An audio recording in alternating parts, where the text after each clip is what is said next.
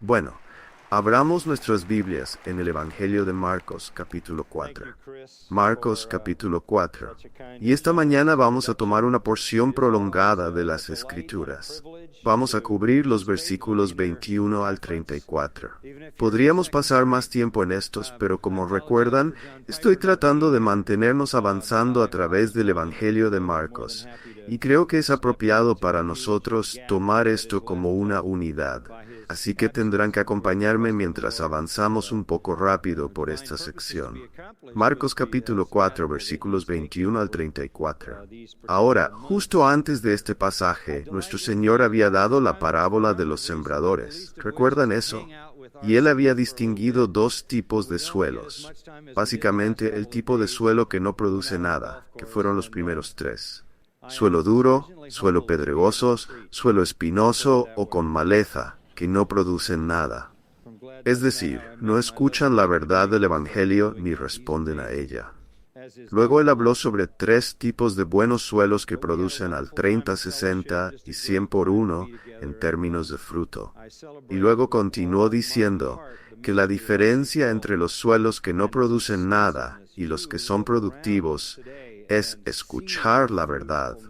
Escucharla en el sentido de que la abrazan y la creen, y eso, por supuesto, es lo que distingue a los creyentes de los no creyentes. Los no creyentes no pueden entender las cosas de Dios.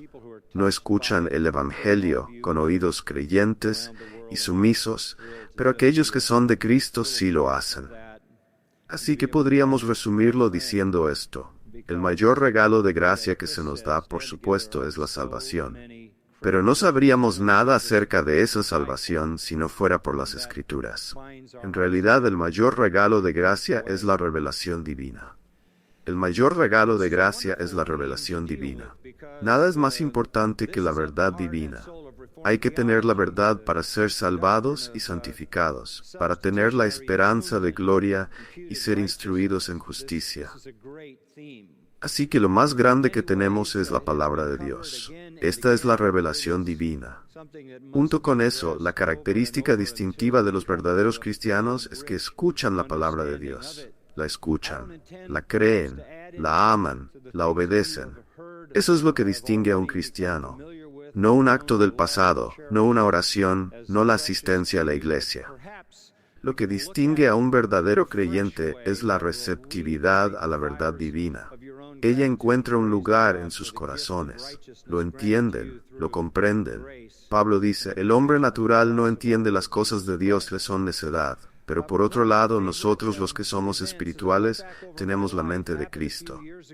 Nosotros abrazamos la verdad divina. La entendemos, la amamos, la absorbemos, la creemos, la proclamamos. Así que la marca distintiva de los verdaderos cristianos es que escuchan y creen la verdad. Y nuestro Señor deja esto muy claro en muchos lugares. Pero permítanme darles solo una ilustración de esto, en Juan capítulo 10. En ese gran capítulo 10 de Juan, nuestro Señor se presenta como el buen pastor y edifica su relación con sus ovejas. ¿Y cuál es la marca distintiva que define esa relación? Juan 10.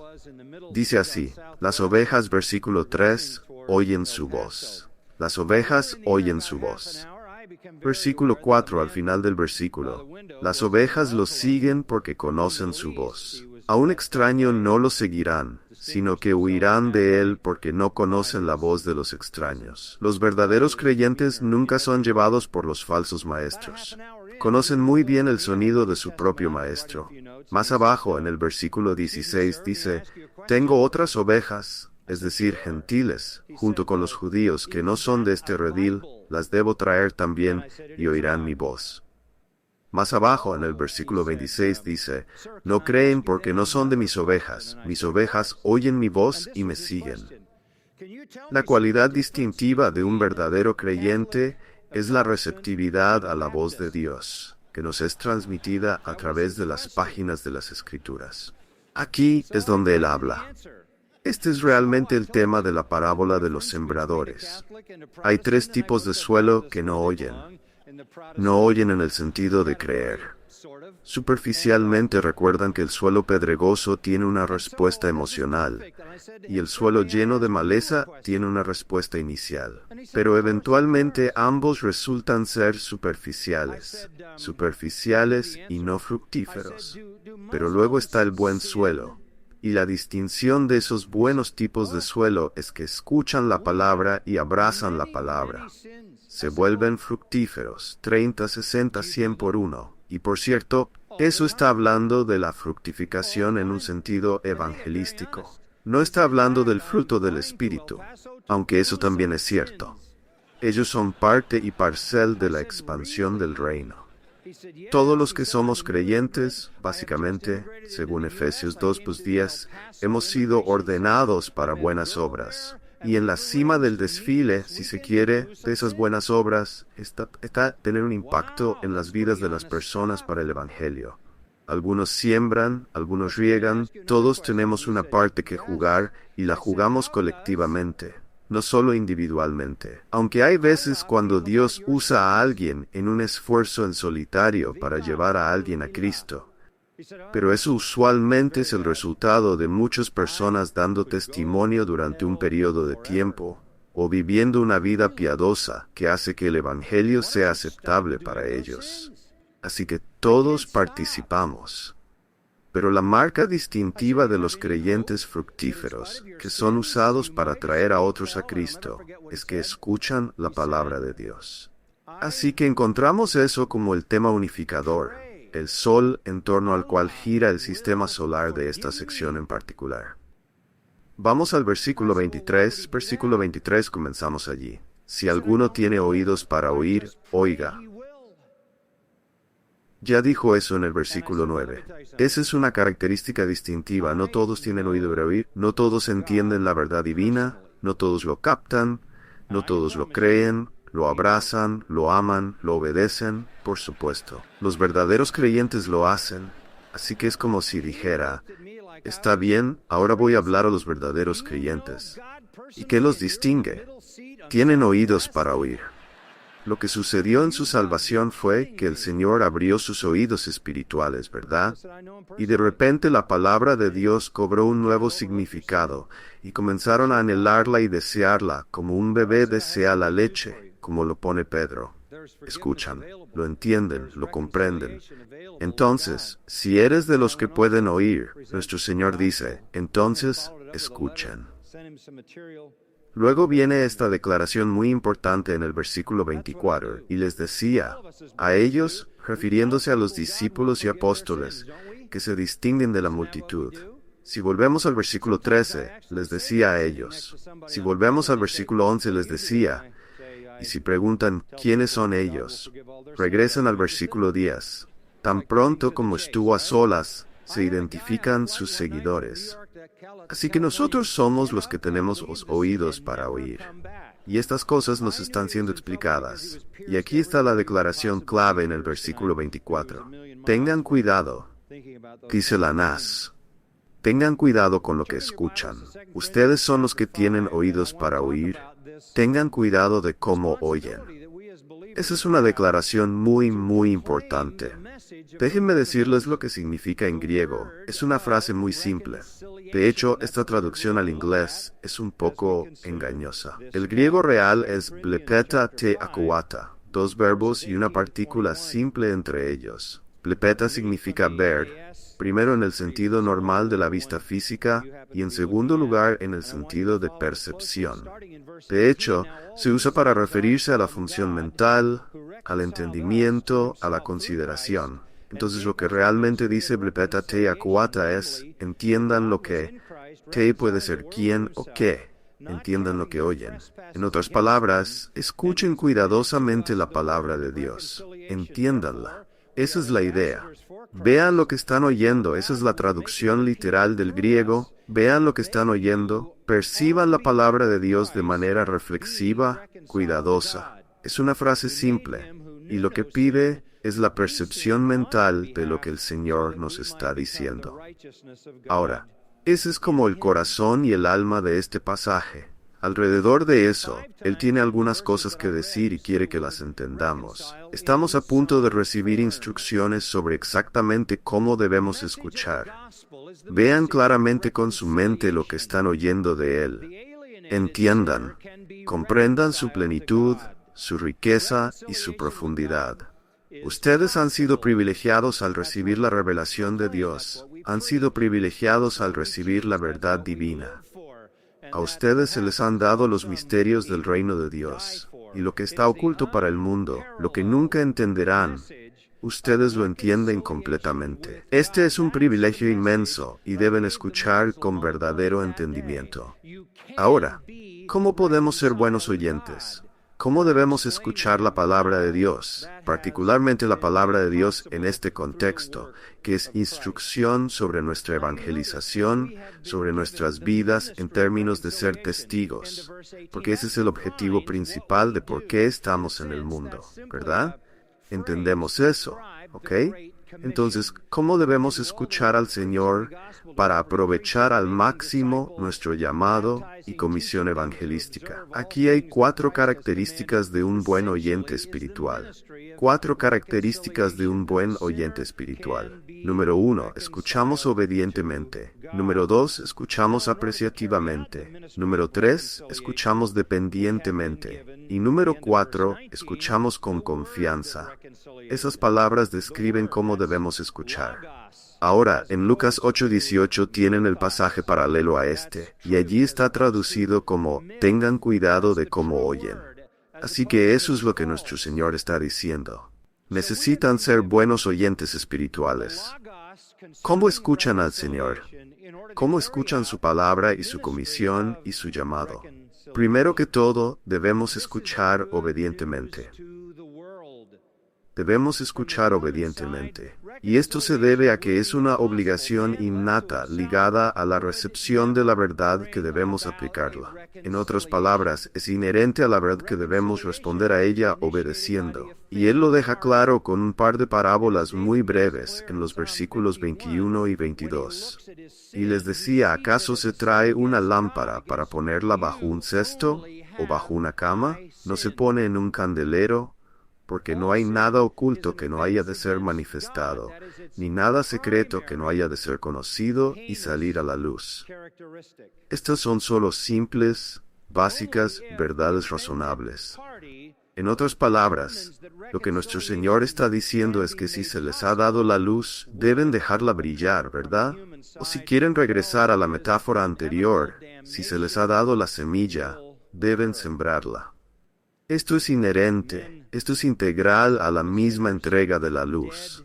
Y así, al hablar con sus discípulos, al hablar con sus apóstoles, Él sigue hablándoles. Y por cierto, hay muchos comentaristas que piensan que los versículos 21 a 34 son solo una recopilación aleatoria de parábolas e ideas desconectadas que Jesús dio, que Marcos simplemente juntó para incluirlas todas, pero que no tienen relación entre sí. Yo encuentro eso imposible de creer en cualquier parte, francamente, en los evangelios. Creo que el Espíritu Santo guió al escritor con una intención clara y cristalina, y nada es aleatorio, y ciertamente no esto. Debemos escuchar obedientemente, es decir, con la llegada de la luz y la llegada de la verdad, tenemos la responsabilidad inherente de devolverla al mundo. Una lámpara. Esta es una palabra que se refiere a una lámpara de terracota. Una pequeña lámpara de arcilla que usaban en esos días. Podría ser un platillo con un mango o como una pequeña jarra con un mango. Se ponía aceite en ella, se ponía una mecha flotante, se encendía la mecha y así se iluminaba la casa. Y ponías esa lámpara en un candelero, ya sea un candelero colocado en el suelo o un candelero que era una repisa que sobresalía de la pared donde se colocaban esas lámparas. Esa era la única fuente de luz, y tenías luz para dar luz. Nadie tomaría una lámpara y la pondría bajo un cesto. Esa es la palabra griega modion, que significa una medida de grano, que era un poco menos de 9 litros. Esa era la cesta de medida que se mantenía en la parte de la cocina de la casa para contener el grano. No sacarías el grano y lo pondrías sobre la lámpara. Eso no tendría mucho sentido. Podría dañar la lámpara o iniciar un incendio, y ciertamente eliminaría la luz. No la pondrías bajo una cama. Ahora, la cama típica judía sería un colchón enrollado y guardado en un rincón, así que eso tal vez no es lo que está en vista. Pero también estaban familiarizados con la cama romana, que era elevada del suelo. No pones una lámpara debajo de la cama, no pones una lámpara bajo un cesto. Eso es evidentemente ridículo. Aquí hay una idea absurda. Si tienes la luz debe brillar. Y la implicación es que si se te ha dado la luz, debes dejar que brille. Debes ponerla en el candelero. Ellos sabían, los discípulos y apóstoles, que la lámpara y la luz son una metáfora en el Antiguo Testamento para la verdad de Dios. Salmo 119, 105. Lámpara es a mis pies tu palabra y lumbrera a mi camino. Y había otras referencias a esto en el Antiguo Testamento también. Así que inherente a recibir la luz está dejar que brille. Inherente a ser dado la verdadera semilla sembrada en tu propia vida es tomar esa semilla y, mientras crece, cosecharla y esparcirla por todas partes. En otras palabras, tienen la obligación de dejar que brille la luz del Evangelio. Podemos pensar en muchas indicaciones del Nuevo Testamento sobre esto también, particularmente en 2 Corintios, donde Pablo dice: la luz de la gloria del Evangelio ha venido a brillar sobre nosotros y a través de nosotros, aunque somos vasijas de barro.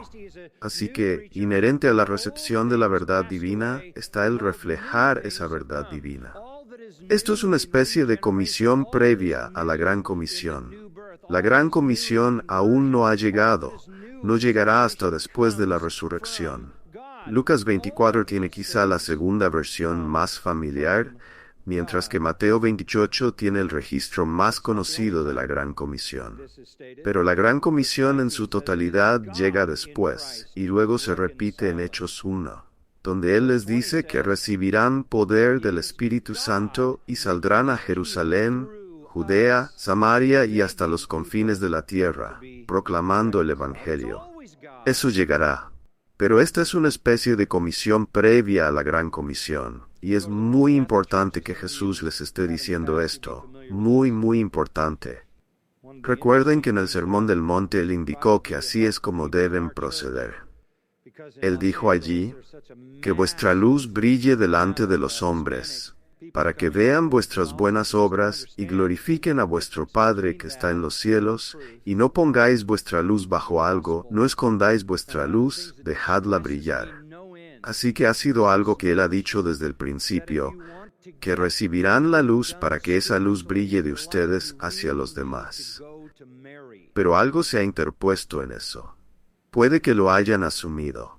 Después de todo, al comienzo de su ministerio en Galilea, Jesús iba a todas partes y predicaba el Evangelio, y ellos iban con Él y lo escuchaban, lo creían y comenzaban a seguir a Jesús, esos verdaderos discípulos y los apóstoles. Hubo un tiempo cuando Jesús estaba proclamando la verdad y ellos la escucharon y creyeron la verdad. Pero ha habido un giro muy interesante en la marea de las cosas.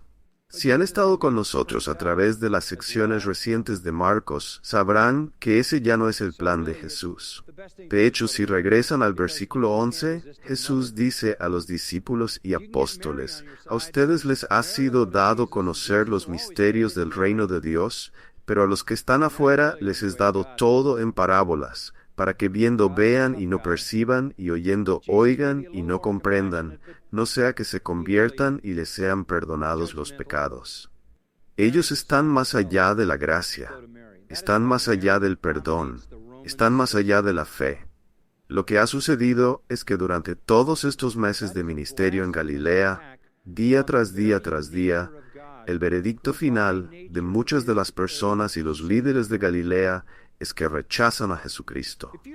No solo lo rechazan, sino que, según el capítulo 3, versículo 22, dicen que está poseído por Beelzebul y expulsa demonios por el príncipe de los demonios.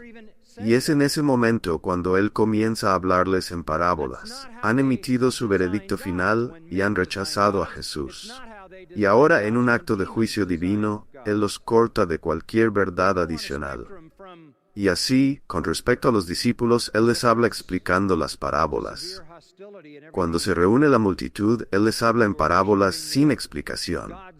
A partir de ahora, en su ministerio en Galilea, no explica nada, porque han tomado su decisión final. El juicio de nuestro Señor es retener la luz de esa generación de judíos en Galilea que finalmente lo rechazaron y están más allá de la esperanza.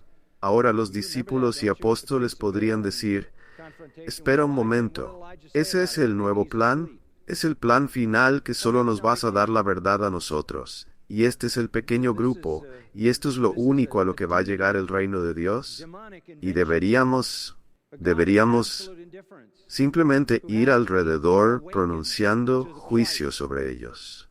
Y esta puede ser la razón por la que, recuerdan, Santiago y Juan llegaron a una aldea. La aldea rechazó a Jesús y Santiago y Juan le dijeron a Jesús: ¿debemos llamar fuego del cielo y los carbonizarse? Jesús les dijo: no. Eso es lo que pasaba por sus mentes. Ellos habían visto a Jesús pasar de predicar el evangelio que ellos escucharon de él, creyeron en él y entraron al reino, a ahora no decir nada que pudieran entender, y querían saber cuál era su responsabilidad. ¿Se supone que debemos continuar el juicio y esconder todo? ¿O se supone que debemos predicarlo? Y nuestro Señor está comenzando a darles su comisión. No, la luz debe brillar. La luz debe brillar. No debe ser puesta bajo un cesto.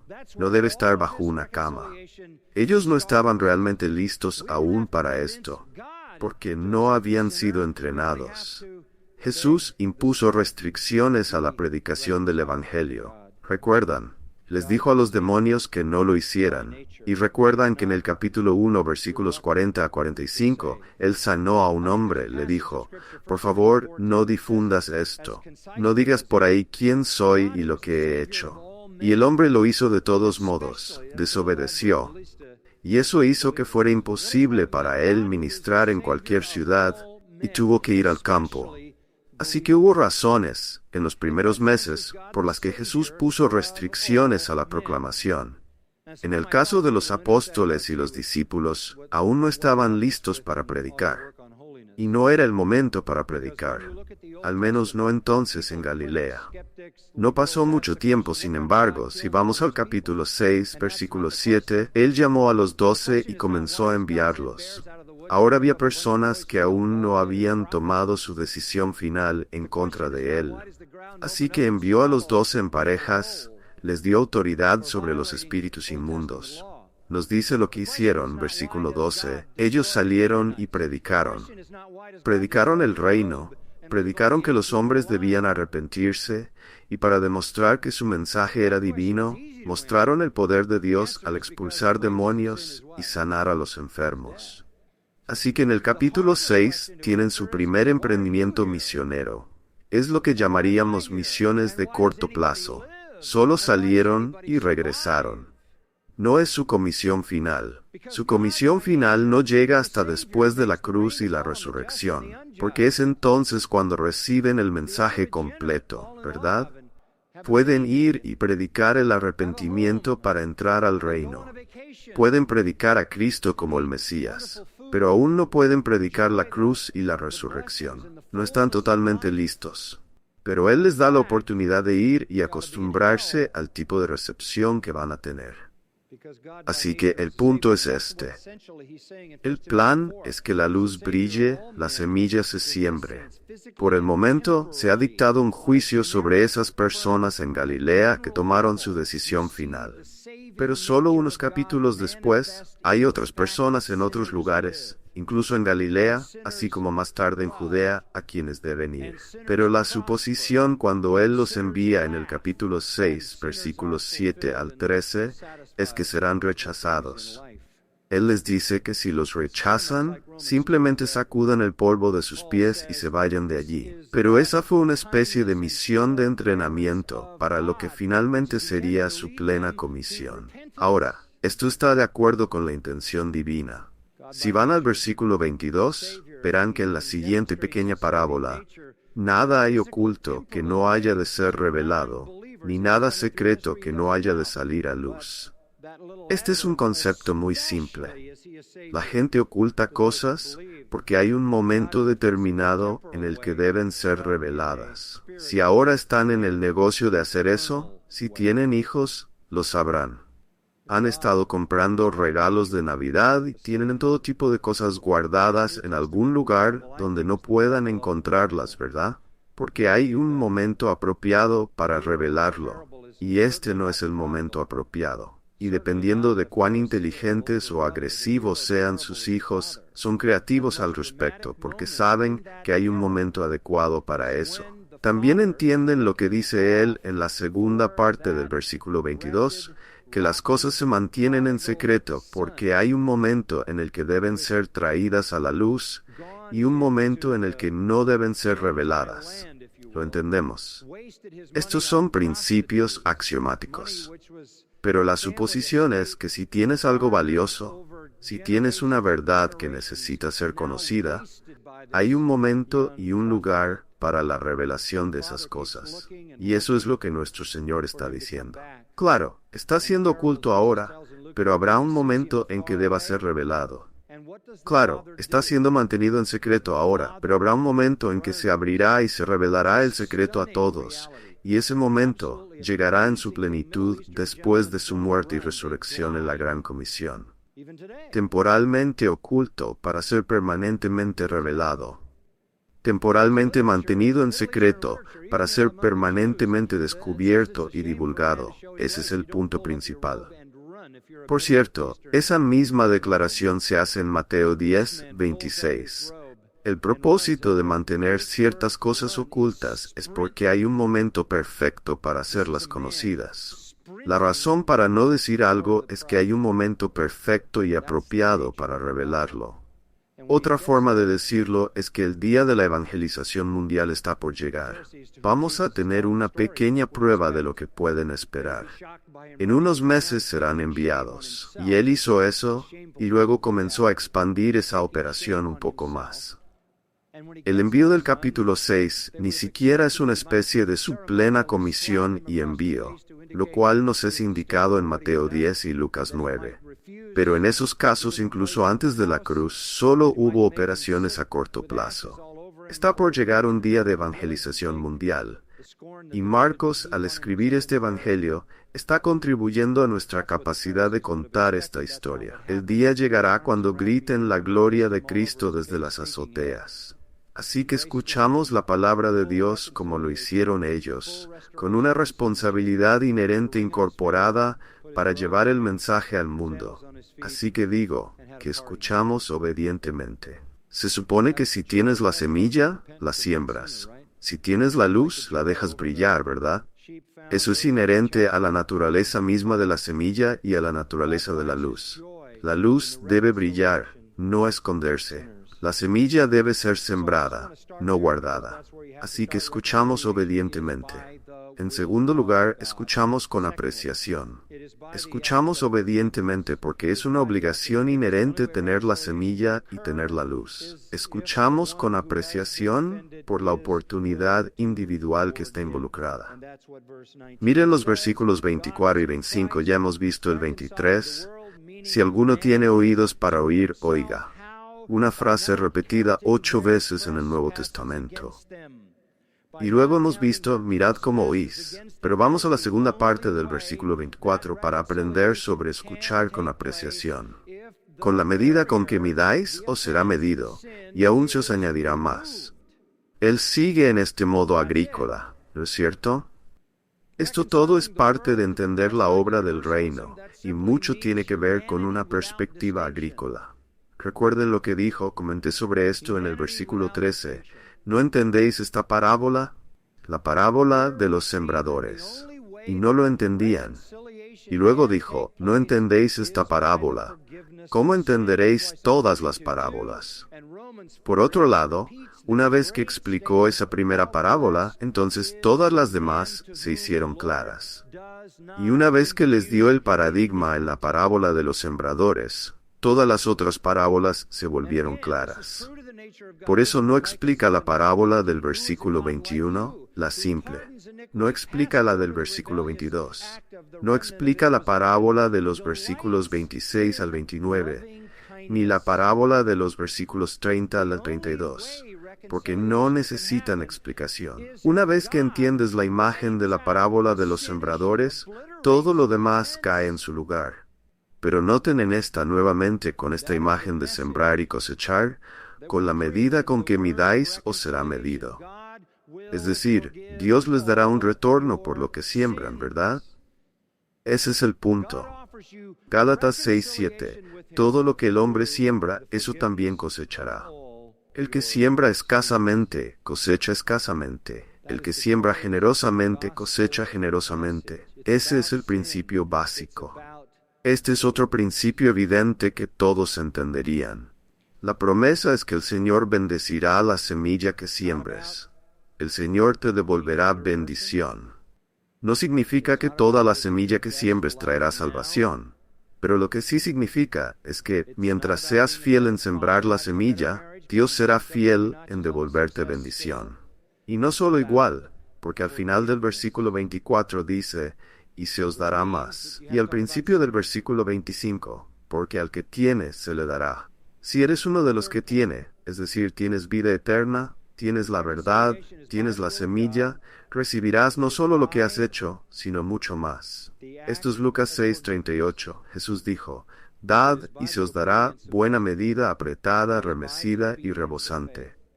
Y vendrá de los hombres en esta vida y de Dios en bendición espiritual y en el futuro, bendición eterna. Así que, digo que escuchamos obedientemente y con apreciación, debido a la promesa de recompensa que el Señor nos ha dado como oyentes fieles, que dejan que lo que escuchan sea conocido por otros.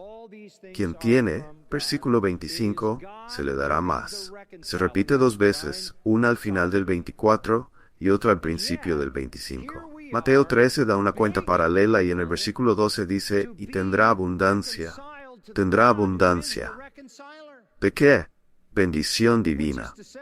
A medida que das la verdad, se te dará más entendimiento, más verdad, más gracia, más poder, más gozo, más satisfacción, más plenitud, más vida abundante y más recompensa eterna. No puedes dar más que Dios. He venido para que tengan vida y la tengan en abundancia. Es una promesa ilimitada e incondicional.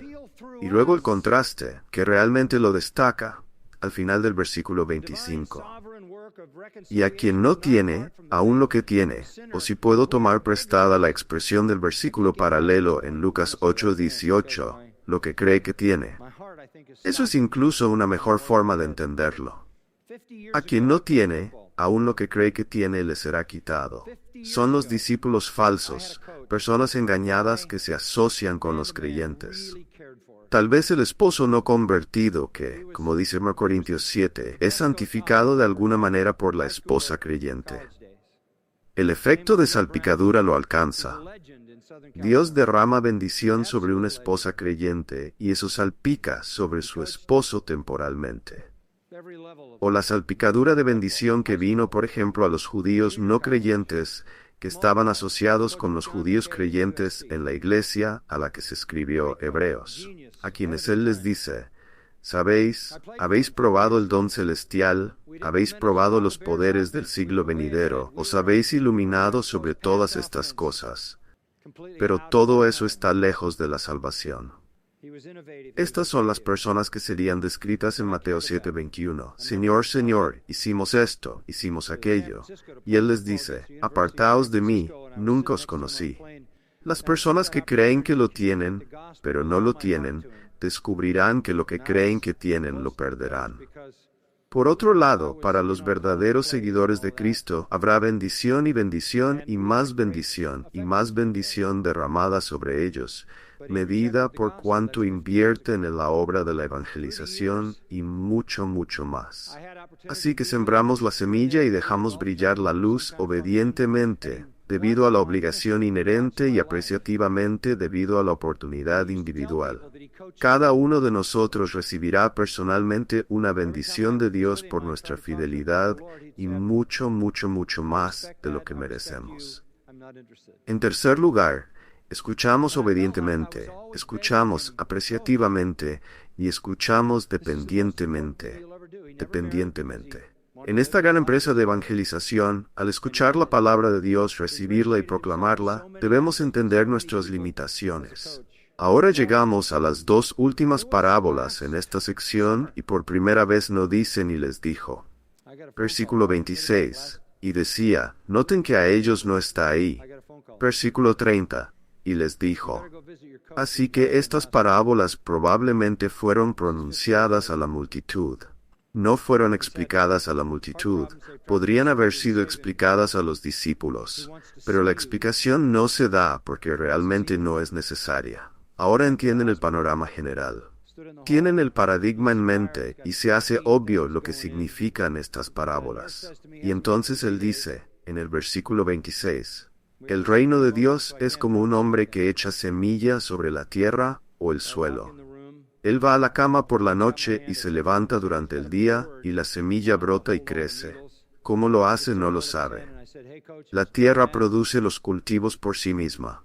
Primero la hoja, luego la espiga, luego el grano maduro en la espiga. Pero cuando el fruto lo permite, inmediatamente mete la hoz porque ha llegado la cosecha. Por cierto, no hay nada escatológico en eso. No está hablando de la venida de Jesús en juicio escatológico. Les diré por qué. Porque eso no funcionaría en esta parábola, ya que el agricultor ha estado durmiendo hasta ese momento, y les prometo que cuando Jesús venga en juicio, no se despertará de un largo sueño. Eso no es lo que trata esta historia. Es una parábola simple. Nadie se perdería el significado. El agricultor siembra y luego se va a dormir, y dadas las condiciones del suelo y la preparación del agua, etcétera, etcétera, realmente no puede hacer nada más que esperar hasta la cosecha. Él no juega ningún papel en el crecimiento del cultivo. Ese es el punto. La esfera de la salvación, el reino de Dios sobre los corazones de aquellos que creen, y nuestro papel en eso es como un agricultor que siembra la semilla y luego se va a casa y se acuesta. Me gusta eso. Me gusta mucho eso. No necesitas vivir tu vida en pánico. No necesitas estar despierto las 24 horas del día. Ve a dormir. Siembra la semilla, deja brillar la luz y ve a dormir. No eres responsable de lo que suceda. Esa es la maravilla de todo esto. Es tan paradójico. Una semilla entra en la tierra y muere, y cuando muere de ella sale vida. ¿Cómo sucede eso? Nadie sabe cómo. El agricultor no sabe cómo. El agricultor no puede hacer que eso suceda. Nadie puede hacer que eso suceda. El mejor horticultor del mundo no sabe cómo sucede. Saben que sucede, pero no pueden definir cómo sucede o por qué sucede. De esta semilla que muere sale vida, una gran cosecha. Esa es la maravilla del Evangelio. Esas simples verdades del Evangelio contienen el poder de la vida y se manifiestan mientras dormimos. Miren, todo lo que puedo hacer es decir la verdad. Todo lo que puedo hacer es hablar la verdad. No puedo hacerme responsable de los resultados. No puedo dar vida. Es misterioso, así como para el agricultor lo es para nosotros. El único acto humano es sembrar la semilla y esperar. Y esperar. Ir a dormir. Todo es obra de Dios. 1 Corintios 3 dice, Dios da el crecimiento. La vida y el crecimiento son una operación divina. Debes nacer de nuevo, Juan 3, no por voluntad de hombre, ni por voluntad de carne, Juan 1:12, sino de Dios.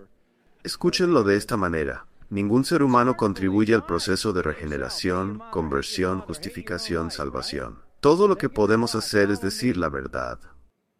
La semilla es potente. El Evangelio es el poder de Dios para salvación. Romanos 1. El suelo cuando es preparado por Dios lo recibirá, y una vez que Dios lo haga crecer, me encanta esta parte de la pequeña parábola. Cuando comienza a crecer, no se detiene hasta que se cosecha. Primero la hoja, luego la espiga, luego el grano maduro en la espiga, y luego la cosecha. Lo que Dios empieza, Él lo completa, ¿verdad? Filipenses 1:6. El que comenzó en vosotros la buena obra, la perfeccionará hasta el día de Cristo.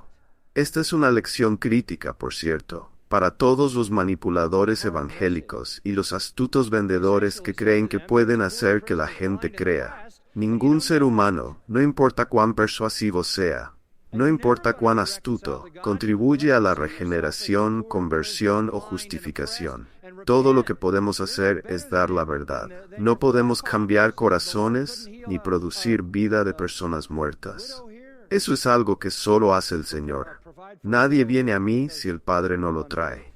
Y una vez que Él comienza a traerlo, entonces es la hoja, luego la espiga, luego el grano lleno.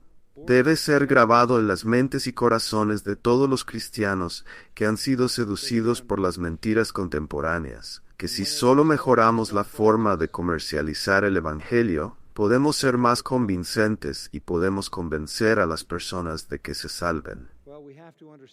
Solo di la verdad. Lamento decirte esto, la música no tiene nada que ver con eso en términos de estilo. El contenido de lo que se dice y se canta en la música puede traer el Evangelio, transmitir el Evangelio, pero no se trata de estado de ánimo, no se trata de música, no se trata de invitaciones, no se trata de ningún esfuerzo humano. No hacemos el trabajo de Dios con medios humanos. Me encanta esto, versículo 28. La tierra produce los cultivos por sí misma. Es la palabra griega automat, de la cual obtenemos la palabra en inglés automatically. Es divinamente automático. ¿Qué tan alentador es eso?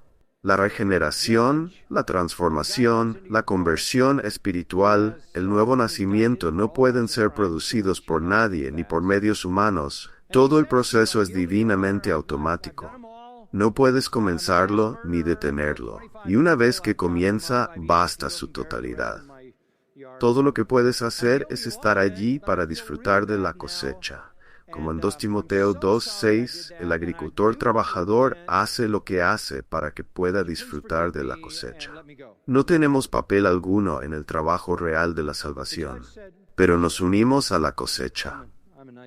¿Qué quieres decir con la cosecha? Bueno, una forma en que disfrutamos de la cosecha es a través de la comunión, ¿no? Esto es comunión. Otra forma es en la eternidad en el futuro. Amigos, por la eternidad que ni siquiera conocemos ahora, pero que conoceremos entonces. Así que por siempre y para siempre disfrutaremos de la cosecha. Gozaremos de la cosecha. El éxito entonces del Evangelio no depende de nuestro poder para cambiar el corazón, ni de nuestro poder para hacer que el Evangelio sea más aceptable, ni de nuestro poder para manipular la voluntad o manipular las emociones. Hablamos de eso. El trabajo de la salvación es divinamente automático. Entonces, escuchamos dependientemente, ¿verdad? Dependientemente. O tal vez prefieras la palabra humildemente. Finalmente hay una última parábola más. Escuchamos con confianza. Con confianza. Y ya sabes, estos discípulos estaban pensando para sí mismos. Está bien, estamos contigo hasta este punto. Seremos obedientes, seremos agradecidos y seremos dependientes y humildes. Pero ¿cuál será el final? ¿A dónde va esto? Se ve tan pequeño, tan frágil, tan débil. ¿A dónde va? Bueno, Él nos recuerda escuchar con confianza por el resultado inevitable, por el resultado inevitable. Versículo 30, Él dijo, ¿cómo compararemos el reino de Dios, o con qué parábola lo presentaremos? Ahora, mirando el final, ¿cómo será? ¿Cómo describimos el resultado final? ¿Qué deberían entender estos discípulos y apóstoles en Galilea, luchando con los problemas que enfrentaban? ¿Cómo deberían entender? ¿Cómo deberían mirar al futuro y tener una imagen de lo que puede suceder? Todo parece tan frágil, tan pequeño. Y Él da una ilustración simple. Bueno, es como un grano de mostaza que cuando se siembra en la tierra, aunque es más pequeño que todas las semillas que hay en la tierra, sin embargo, cuando se siembra, crece y se hace más grande que todas las plantas del huerto y forma ramas grandes para que los pájaros del aire puedan anidar a su sombra. Todos entenderían eso. El reino de Dios es como una semilla de mostaza que se convierte en un árbol de mostaza. Ahora, la semilla de mostaza era la semilla más pequeña que ellos usaban en su agricultura. No era la semilla más pequeña del planeta, pero era proverbial para algo pequeño para ellos, porque era la que conocían. Mateo 17:20 Jesús dijo, si tuvierais fe como un grano de mostaza, y así sucesivamente, por lo que esa era su expresión proverbial para algo muy pequeño, y tenía el tamaño de un grano de arena. Pero proporcionalmente, no había nada que plantaran que comenzara tan pequeño y llegara a ser tan grande. Un arbusto de mostaza podría alcanzar hasta 15 pies de altura y 6 pies de diámetro. Una cosa enorme que salía de una semilla del tamaño de un grano de arena. Y lo que nuestro Señor les está diciendo es obvio. No hay explicación aquí. Los comienzos pequeños, chicos, no les dan ninguna indicación de a dónde va esto. ¿Cuántos múltiplos del tamaño de la semilla, el grano de arena, cabrían en los 15 pies y los 6 pies y la circunferencia, incluso vastos? ¿Cuántos pequeños granos de arena? Habría millones y millones de ellos, y las proporciones son impresionantes y asombrosas. Así que escuchamos la palabra de Dios obedientemente, escuchamos agradecidamente, escuchamos humildemente, amigos, escuchamos con confianza. Ellos no vieron lo que nosotros hemos visto. Hemos visto expandirse el reino, lo hemos visto llegar hasta los confines de la tierra. Esto es maravilloso. Todo esto para ellos parecía tan diminuto, tan microscópico. ¿A dónde iba a llegar? Y sabían que los líderes de Israel y la gente en su mayoría habían rechazado a Jesús, así que realmente no parecía muy esperanzador. Tal vez se habrían sentido mucho más cómodos si Jesús les hubiera dicho, vayan por todas partes y pronuncien condenación sobre todos.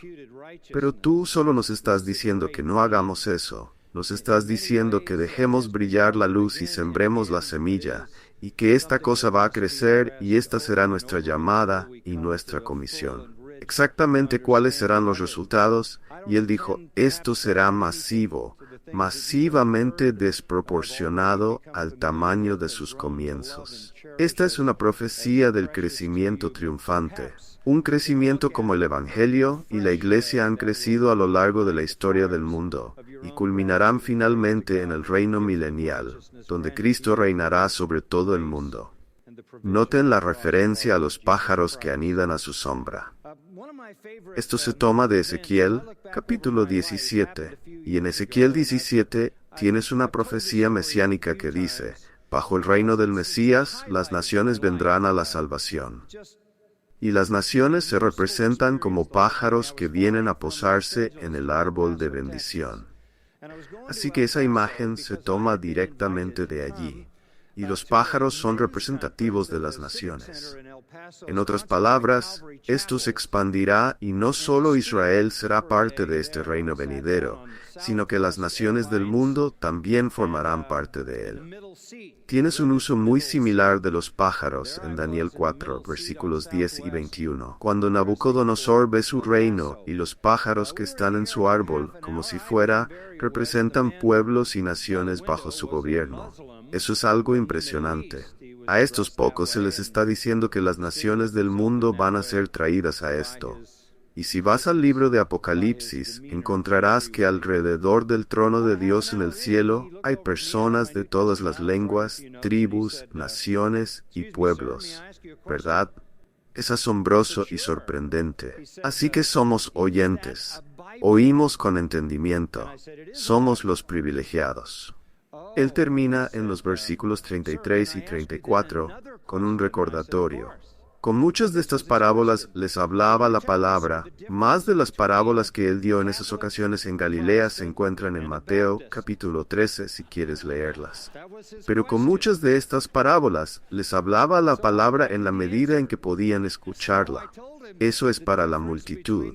No les hablaba sin parábola, pero les explicaba todo privadamente a sus discípulos. Y ahí estamos de nuevo, ¿verdad? ¿Cuál es el mayor privilegio de un cristiano? Conocer la verdad, ¿verdad? ¿Cuál es la marca distintiva de un cristiano? Conocer la verdad, obedecer la verdad, amar la verdad, ser oyentes. ¿Y cómo escuchamos? Obedientemente, agradecidamente, dependientemente, humildemente y con confianza. Qué privilegio tan asombroso se nos ha otorgado, ¿verdad? Piénsalo de esta manera. Si eres creyente, hablas el lenguaje de Dios. Cuando Él habla, lo entiendes perfectamente. Es un idioma extranjero para todos los demás. Padre, te damos gracias por tu palabra. Te damos gracias